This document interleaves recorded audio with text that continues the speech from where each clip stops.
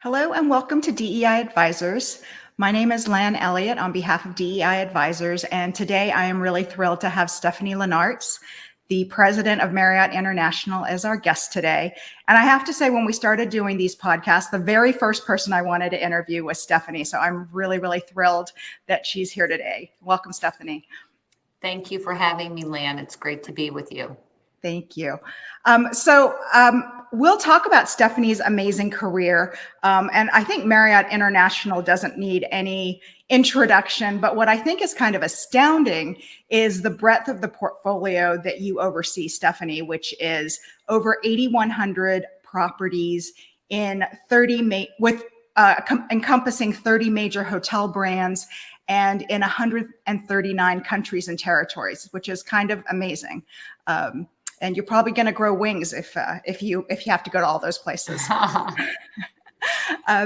So Stephanie, you joined Marriott in 1997 and were appointed president in early 2021. And you've built a really amazing, successful career. Can you share a little bit about your career journey? Sure, of course. And again, it's really terrific to be with you.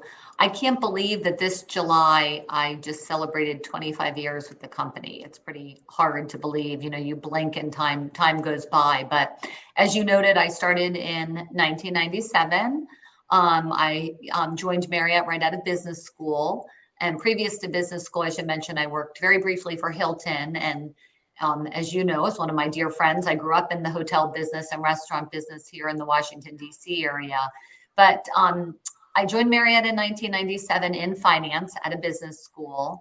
And I spent a number of years in the finance discipline, which I loved, and specifically on the lodging real estate development finance side of the business. So partnering with our real estate development teams and owners on new deals.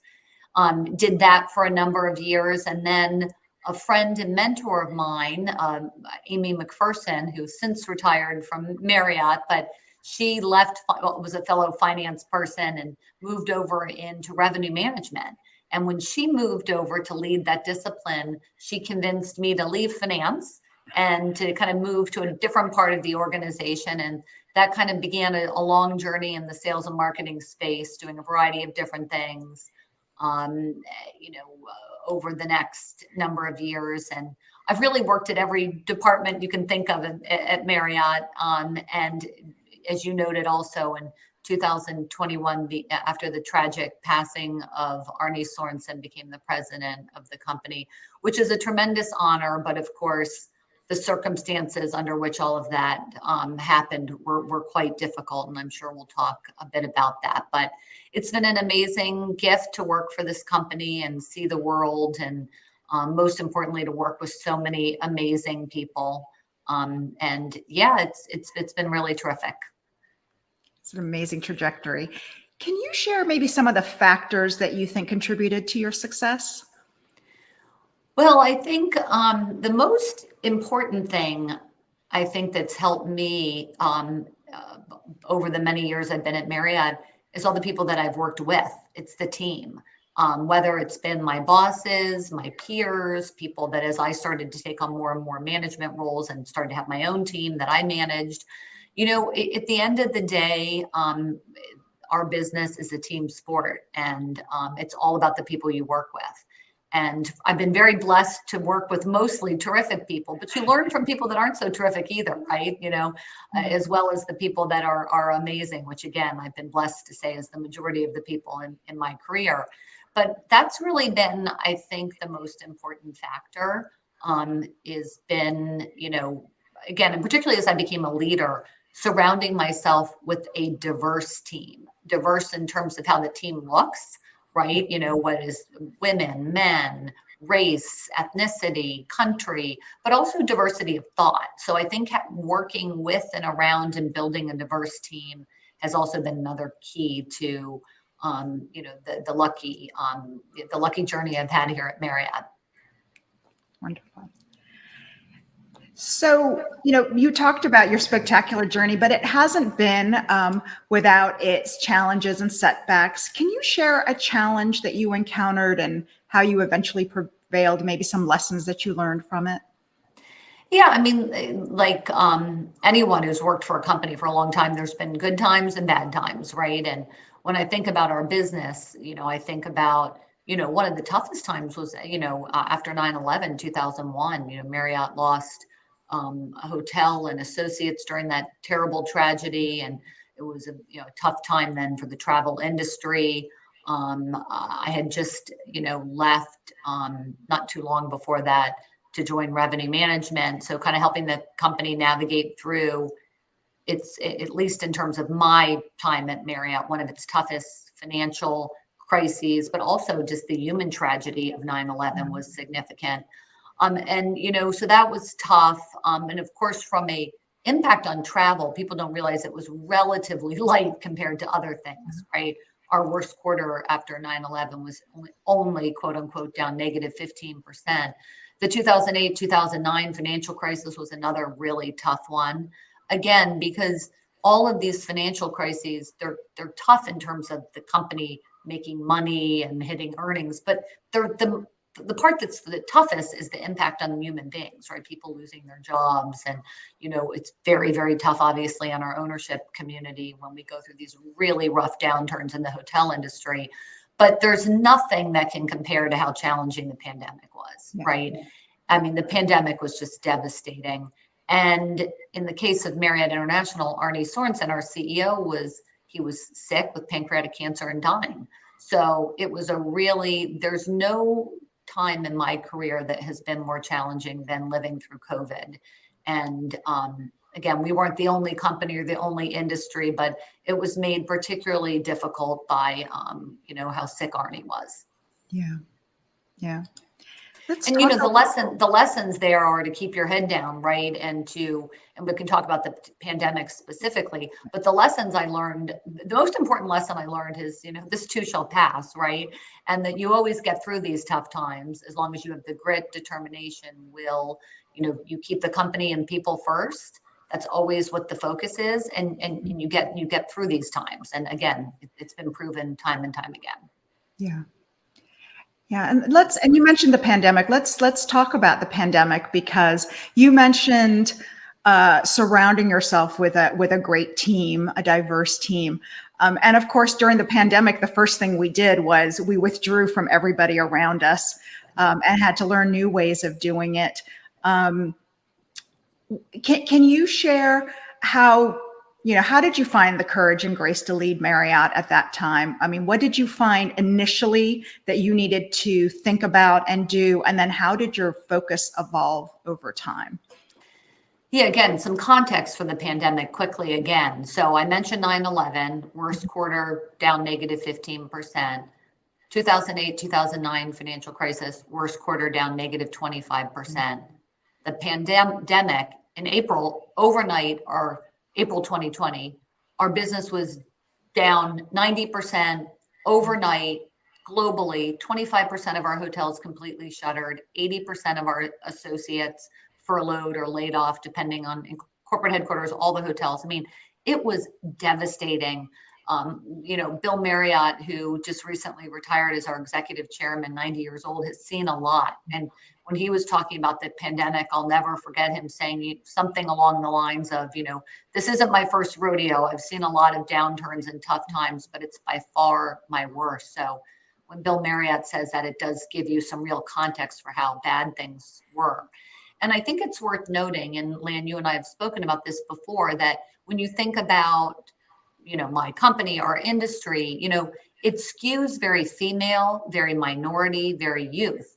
And in the case of Marriott, 95% of our associates work at the hotel level. We were at something like 750,000 associates pre-pandemic, 95% at the hotel, again, skewing very female, youth, and minority. And these are the folks that were the most devastated by the pandemic. Yeah. So there was a disproportionate impact on certain communities because of COVID-19. Yeah. And so for me, the most important thing that Arne Sorensen did, that the entire executive team did throughout the whole pandemic, and 2020 was by far the worst, was to continue to try to find a way to put people first, right? Yeah. I mean, when your business is literally gone overnight, we had to think about, first and foremost, the safety and security of our associates and our guests, because not every hotel was empty, right? We were using a lot of our hotels to house the first responders. We actually had a big program and gave free hotel rooms to, if you remember, in the early days, people were, leaving their homes to go to and work in cities for weeks and months on end, and they had to have some place to sleep and stay. So we had to make sure that, and none of us knew back then, right? Like how exactly this virus was spread. So we did a lot around, social distancing, cleanliness, all sorts of new protocols, right? Our hotels have always been clean, but there was like an uber focus on cleanliness and safety, and that's continued till today. But that was the number one focus for the people that were still working in our hotel, because we had some people still working, and our guests. How do we keep them safe and secure and healthy as we can? That was focus number one. And then at the same time, again, we don't exist without our owners and our franchisees. I mean, most people on this podcast may know that, but we don't own the real estate for the most part. And so our owners and our franchisees were suffering, right? And so we had to figure out, how do we partner with them to kind of keep everything afloat and going. And so we also simultaneously were thinking about, what do we need to do to partner with our owners and our franchisees to get through this, right? So again, in the case of our business, the three main stakeholders are the associate, the customer, and the owner and the franchisee, and of course our shareholders too. How do we keep all of those stakeholders front and center as we navigate through this? And that's what we did every single day. We had calls every day, nonstop. It was interesting for me personally, because in addition to my job at Marriott, I'm on the board of directors of Home Depot. And they had the exact opposite experience of Marriott. Their business went through the roof, but it was really difficult for them too. You don't overnight spin up curbside checkout, and their volume is their demands were going crazy. And I remember from the early days, one of the things I did is I picked up the phone and I called the CEO of Home Depot, Craig Menear. He's just recently retired. Ted Decker is his replacement, wonderful man. But I called Craig and I said, listen, we have all these people who are out of work overnight, wonderful associates, well-trained, amazing. You need people. And so we kind of did a partnership where he set up a microsite very quickly, where people who were laid off from Marriott could go work at Home Depot. And we did this with the likes of Kroger and CVS and others. But I just remember it was like living in two worlds. I was on Home Depot calls every other day. Their business was going through the roof, and they had to manage that. Ours was Marriott going in the other direction. But I'll always be grateful to Craig and the Home Depot team for lending a helping hand to a company and an industry and people who needed help. And there's so many amazing stories of organizations that helped Marriott and other hotel companies, travel companies, service companies through COVID-19. It's great stories, great opportunities, and creative ways to make some lemonade out of a really difficult situation. No doubt about it. Yeah. So let's talk a little bit about how you approach your career. And one of the things as women, we can often be our biggest critics. And sometimes that noise in our head can make us doubt ourselves and our skills. So I'm just curious some of the strategies that you use to stay positive. Yeah, I couldn't agree with you more. I think not just women, but especially women, we can be super tough on ourselves. And, when I look back, particularly when I was younger in my career, I would say, well, I'd start to think, well, if I don't have 100% of X, Y, and Z, I shouldn't go for this job or take on this project. And I quickly had to get that out of my brain. I had to say, you know what? If there's 10 things needed and I've got 4, I'm going to go for it and I'll figure the other 6 out, right? And I think just in general, women don't do that as much as men. I think the key is to just, you'll figure it out, right? But that takes risk, that involves risk taking, it's courage, it's hard, it's easy to say, it's hard to do. Yeah. And I do think women in particular are, in my experience at least, and I'm speaking for myself too, we often think we need to have everything and be perfect before we can take on a job or a project, and we don't need to be. And, men don't need to be either, and nor are they perfect and have everything. So to me, like the key to success, and whether it's personally or professionally, and particularly when you want to move up the ranks in a company, it's about taking risk and about saying, you know what, I've got most of what I need to do this. I'll figure the rest out along the way. But again, that's all about risk taking, courage, self-confidence, right? Or at least, demonstrating it, even if inside your stomach's, a little, tossing and turning. Absolutely. And along those lines, another generalization about women is that we don't do a great job of advocating for ourselves. And that could be part of the challenge for women and other underrepresented groups in asking for what they want, promotions, raises, what have you. What would you tell people who are struggling to find their voice? Yeah, I do think there's some degree of truth in these generalizations and that what you just said, right?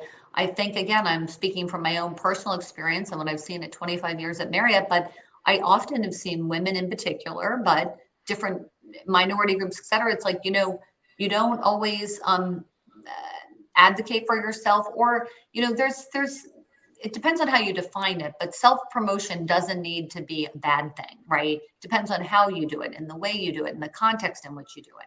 And I do think that no one is going to stand up for you better than you, or no one's going to be able to articulate what you have to offer better than yourself, right? I mean, of course you want others to be able to say great things about you as a teammate, or, if someone's your boss, of course you want that. But at the end of the day, we all have to be able to articulate why we believe we're the right person for that job or that project. And I do think it's hard for women sometimes. And I think the only way you can get better at it is to do it and to just take that step. You can try in smaller settings and smaller opportunities, and you can continue to build and grow. The way I have often thought about this, and I share with others, is what's the worst case scenario, right? Let's say you go for a job or you go for a project. Let's say you don't get it. Well, you're going to be recognized for trying, right? You're going to be let's say you get it and you fail. You're still going to be recognized for going for it and trying. And I would guess that 9 times out of 10 people will actually succeed. But it's all about, like, I always, the downside is never that bad, right? Because you're always going to be seen as someone who is willing to speak up for themselves, their team, that took a risk, that gave it their all.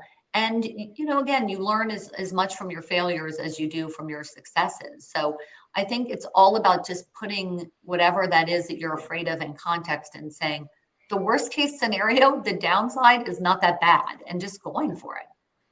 Absolutely. If you do nothing, you'll be right where you are. Exactly. Right. Case scenarios, if you ask and you don't get it, you'll be right where you are. So exactly, you got to think about it that way. You really have to think about it that way. You need to think about there's only upside if I go for it.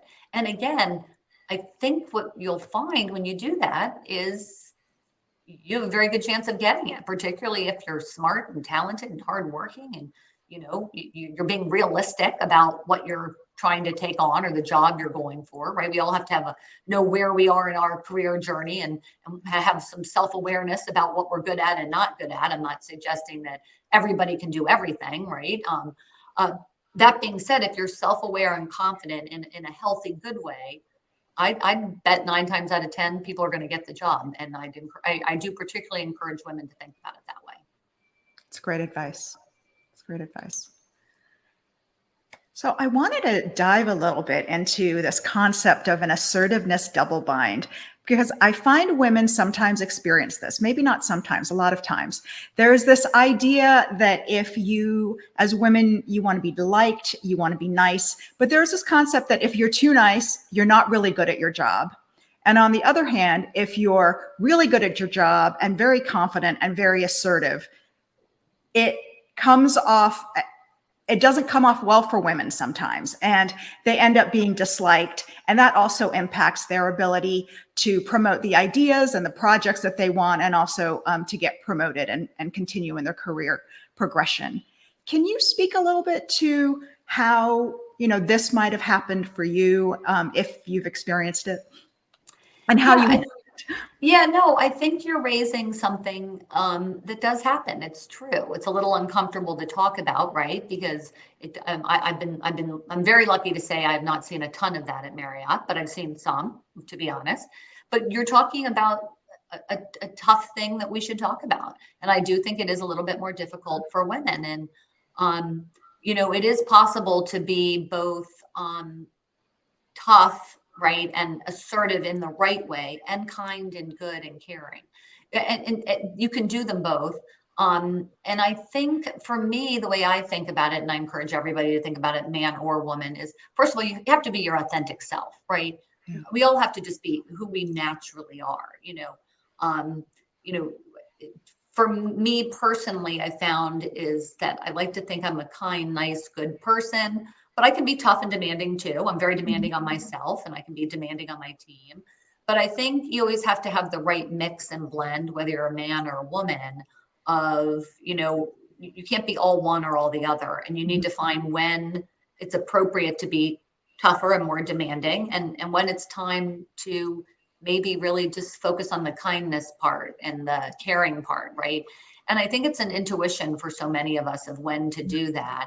And again, it's tied to being your authentic self. I personally like to always layer in a little humor, right? In all situations, if it's appropriate and I can do it, because that kind of can take the temperature down a little bit. Yeah. I always remind my team at Marriott, I love Marriott. What we do is so important, but we're not saving lives, right? It's okay. We got to just put all this in perspective. But the culture at my company in particular is, and I suspect at many hospitality companies, we're in hospitality, for goodness sake. And I always remind people that come from outside other industries to join Marriott. And I said, don't ever confuse how nice we are and hospitable with how results oriented and tough we are, as a company, men, women, as a company. And you can be both. Right. And the best leaders that I've seen in my career at Marriott and at other companies have found a way to have that balance of being assertive and tough, and at times very demanding when the situation calls for it, but also deeply caring about other people and their well-being and their health and their happiness. So it's tough. It's particularly tough for women. But I think if you stay true to your authentic self, continue, and also recognize, if you make a mistake and you were too tough, or you felt like, don't beat yourself up too much either about it, right? Also forgive yourself as you're going through your own learning journey as a leader to get this balance right. Because I've had days where I've felt I've been too much of one or the other, and I just have to, brush myself off, and I'll do better next time. It's a great way to look at it, looking forward. Yeah, exactly. Along those lines, you have a very diverse team, as we talked about, and you've been a huge advocate for women for a long time, women and underrepresented groups. But when a lot of people think about leaders, they think about leadership style that looks like what we think of a man as a leader: really hard charging, assertive, all those things, ambitious. Adjectives that are not always complimentary when they're applied to a woman. And so my question for you is, you've elevated a lot of women at Marriott. What do you look for in a woman that says to you that she has potential to be a great leader? Because it might not look like what we normally think of as leadership qualities when we think of a man. Yeah, I've seen women and men it really depends on the person, right? I've seen women who are very, very tough, right, and assertive, and are great leaders, and women who maybe have a different style, right? They're not as quote unquote assertive, but they're also very good.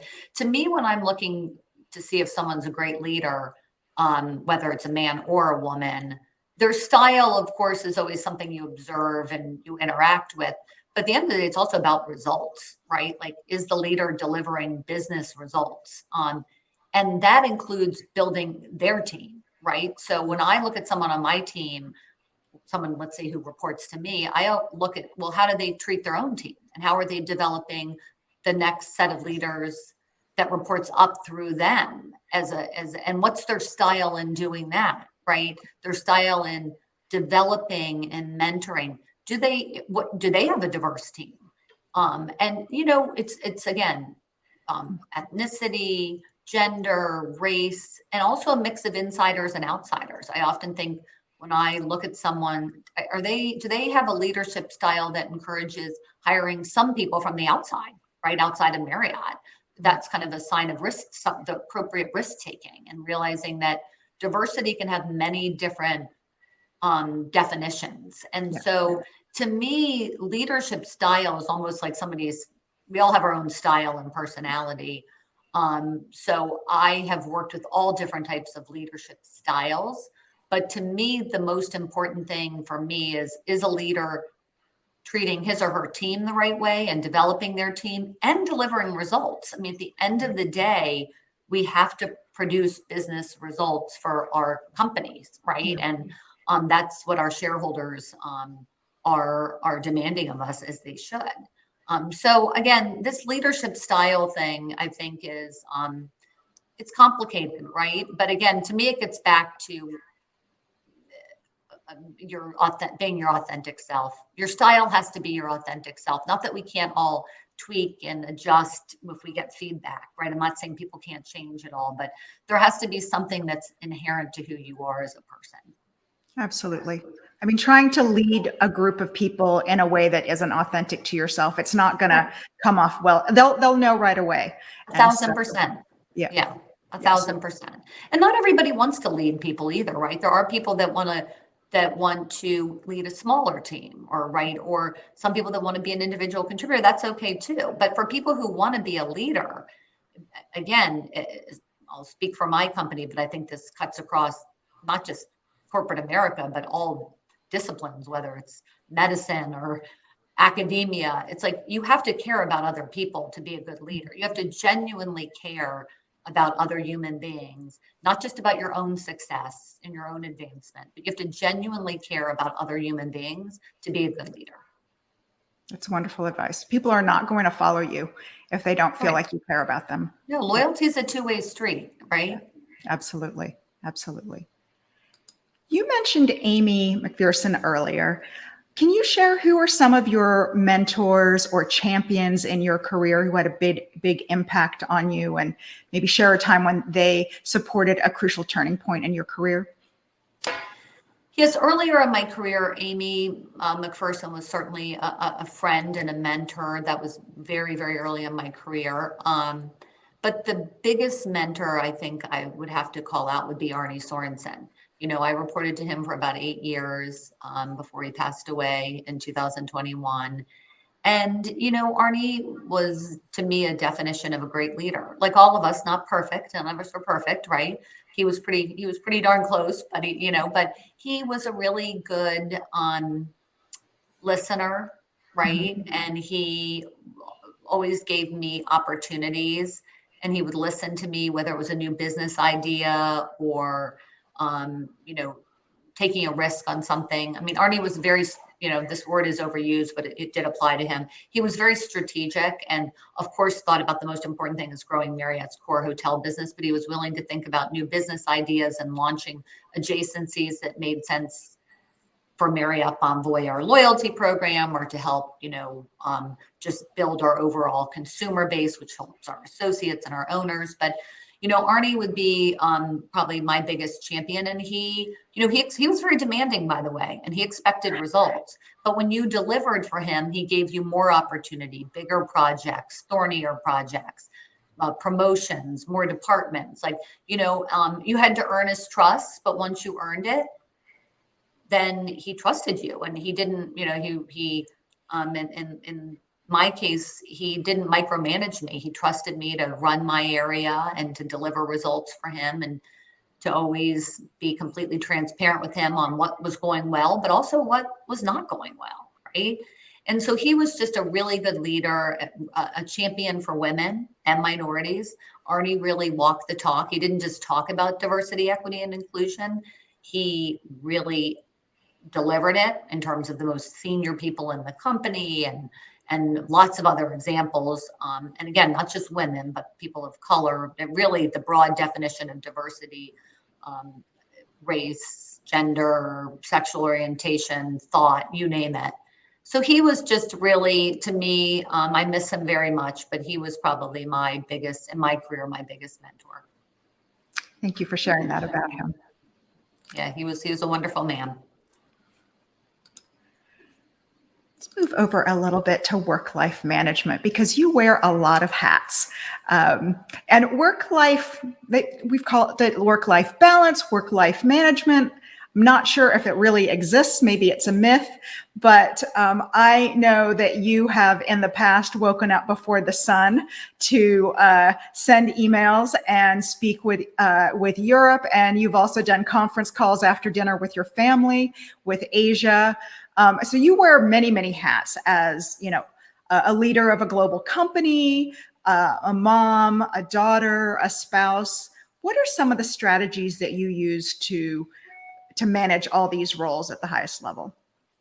Oh my goodness. I wish I had the perfect answer to that question. I'd write a book if I did, but I don't have the perfect answer to that question, but I can share what I do in my own life in hopes that maybe it can help others with a few ideas. I mean, for me, first of all, when you're in a senior role at a company, particularly a global company, and think about our business, as you know, it's 24/7. The hotel business never closes. And we literally follow the sun. I mean, you pointed this out, 139 different countries. It's never closed. Marriott is never closed, right? And along with that is an obligation to be available, right? You know, when needed. So I do work a ton and I work, you know, around the clock, right? And I'm, you know, that being said, and Arnie was very good at this, and back to his mentor and someone I looked up to.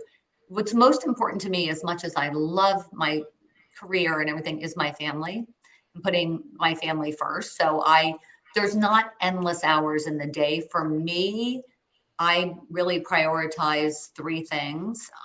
My family, number one. Not that I haven't sacrificed and missed a lot of things over the years. It doesn't mean there's been no sacrifice, but they are my priority. I actually should say this first, and it may sound a little, I don't know if it'll sound, but my health and my wellness. Because if I'm not healthy and well, I can't be there for my kids or my husband or my parents, my siblings, etc. So my own like health and wellness, number one, my family, number two, and my job.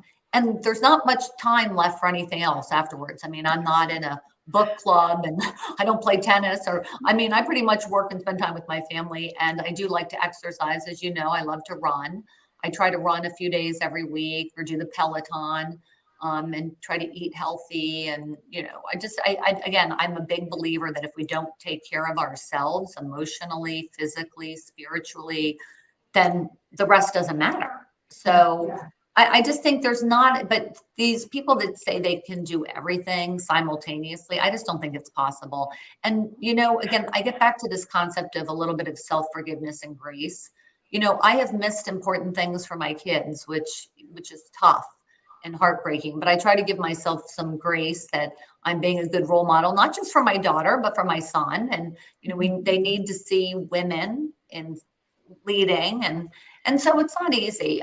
But again, those are my three areas of focus. And, you know, I try to make sure, I mean, I have, you know, some time for friends, as you know, you're one of my friends, so make a little time for that as well. But at some point, something has to give, right? And I also know that this is a phase in my life, right? My kids are teenagers now, and there'll be another phase in my life. I might be working, but my kids might be off to college, so I'll have more time to, you know, go out to dinner with you, for example. But, you know, so it's also like times change. Again, you know this as well as anybody. Yeah, that's true. Wonderful advice. I wanted to chat a little bit about Marriott International's DEI initiatives, because you know, you've been a huge supporter of elevating women and people of color at Marriott. And it seems like it was a number of years ago that Marriott became very intentional about elevating women and other underrepresented groups. And you've had a few really big wins. And I want, obviously the first woman president of a major global brand, 57% of Marriott's CEO's direct reports are women. You've launched recently the Bridging the Gap initiative to encourage owners from historically underrepresented groups to become owners of Marriott hotels. So that is a lot. That's a lot of focus, and it was something that Marriott started before it became as much part of the conversation as it has been in the last few years. Can you share a little bit about how those initiatives came about and what you learned in those early days? Yeah, I mean, I think just zooming out for 1 second, Marriott's always put people first. Like in its 96 years history, putting people first has been at the core of the company's culture. And for decades, there has been a focus on, I think, diversity, equity, and inclusion. And before it was, obviously it's been important, should have been important always. But I think Marriott was ahead of the curve in a lot of ways. And you mentioned a few examples, but I'll give another example. But Marriott was the first company, and it was at least 2 decades ago, that we established a separate subcommittee of our board of directors focused on diversity, equity, and inclusion. Marriott is still one of the very few public companies that has a board level committee that's around focusing on diversity, equity, and inclusion. And we have a scorecard and we have goals, and the board is holding senior management responsible. And Marriott was way ahead of the curve on that. Yeah. We do have a lot of, I'm a big believer that what gets measured gets done. So I do think having goals and objectives is key. In 2018, we set a goal to achieve gender parity across our company by 2025. We just recently pulled that goal up to 2023. So to have gender equity amongst our most senior teams, VP and above, not just C-suite. We also just established another goal to increase our representation of people in color in executive positions from 20.5% to 25% by 2025. That's only a couple of years away. Because it can't just has to be about women, people of color. It has to be diversity broadly speaking. The Bridging the Gap initiative is something I'm super excited about because I just had lunch with Tracy Prigmore the other day, who I know you've had on your podcast before, and we were talking about Bridging the Gap. And of course, Marriott's been a big supporter of She Has a Deal. The winner last year came from Marriott. I have to brag for a second. An amazing young woman. Her deal won. But this idea of, true equity is when people have economic empowerment, right? So, you like me, we go to a lot of these owner conferences, and you don't see a lot of diversity, particularly women, but including certain people of color and different groups. You don't see the kind of diversity amongst the ownership side of the business as we need to. And particularly for women, not only, but particularly for women. And so this idea of bridging the gap is that we will help women get deals with Marriott, whether it's, around key money, deal terms, things like that. But the other thing that we're going to do, and Leanie Oberg, our CFO, is very involved in this, is kind of work with the different financial institutions to help get the money lined up for the deal, right? The debt. Because Marriott can do our part, but if the woman, for example, can't get the financing for her deal, it's not going to happen either. So we need to look at this problem and solve it in many, many different ways. And Marriott can help not only by putting our own money in the game, which we're doing, but by getting our partners to participate in this. And so I'm really excited to see more women-owned hotels. And we are very behind there, very, very behind. Again, just go to any of the lodging conferences, and there's very few women, relatively speaking, there. So I want to see more people of color. I want to see more women owning hotels and getting the economic prosperity. I mean, the hotel business, it has its ups and downs, but it's a great business to be in. And I think travel is super resilient. That's been proven through COVID. So I am super excited to see us push. We've always been very good on diversity in terms of associates. And I mentioned some of the goals we have. We've always been very focused on having diverse customers, right? That our customer base is very diverse. But this super now a big push towards more diversity on the ownership side of our business is super important too. And I think if we're honest, none of the hotel companies have been as, proactive as maybe we should have been or could have been. But I think we're really starting to see a big push there, and I'm very excited about it. Yeah, absolutely. And I know that while the brands, including Marriott, have always been interested in having more owners, obviously more diverse owners has a larger ownership base for you. Of course, that helps us grow. Exactly. And I think in the past it has been, well, what could the brands do specifically with their key terms to help the owners? Right. But I think you're really right that this next piece is access to capital for women and underrepresented groups to be able to have the money to go and bid and win, a hotel that they could convert to a Marriott or, renovate, what have you. And so that just becomes really important. So the brand and the financial standing and influence that you have with the banks is going to be a really impactful change. Well, I know in our case, I mentioned Leany, Tony as well, Tony Capone and Leany, they are really kind of pushing on those relationships to help make that part of the equation come to life too. So it's a multifaceted problem and it needs a multifaceted solution. Absolutely. Marriott's on it. Yeah, we are. We're on it. And I personally am I'm excited about all of our diversity, equity, and inclusion efforts. It's not only the right thing to do, but it's good for business. So it's a double win, and I'm super excited about it. Absolutely. So looking back on your incredible journey, as we're coming to the end of our discussion, could you share maybe a piece of advice that you would share with your younger self, your 22-year-old self? What would you want her to know that would have been helpful along the way? Yeah, not to be so tough and hard on myself, right? I've mentioned a couple times throughout this conversation this idea of grace and forgiveness.